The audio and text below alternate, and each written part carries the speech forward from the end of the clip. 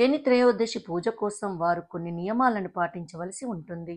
1. తలంటుకొని ఆరోగ్యం సహకరించగలిగిన వారు ఆ రోజు పగలు ఉపవాసం ఉండి సాయంత్రం 8 గంటల తర్వాత భోజనాదులను చేయుట.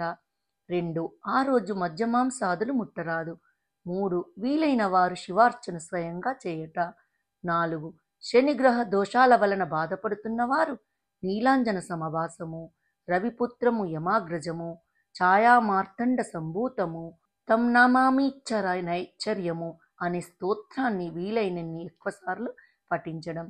5. వీలైనంతసేపు ఏ పని చేస్తున్నా ఓం నమఃశివాయ అనే పంచాక్షరి మంత్రాన్ని జపించడం. 6.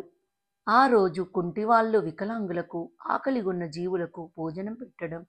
7. ఎవరి వద్ద నుండి ఇనుము, ఉప్పు, నువ్వుల నూనె చేతితో తీసుకోకుండా ఉండటం చేయాలి.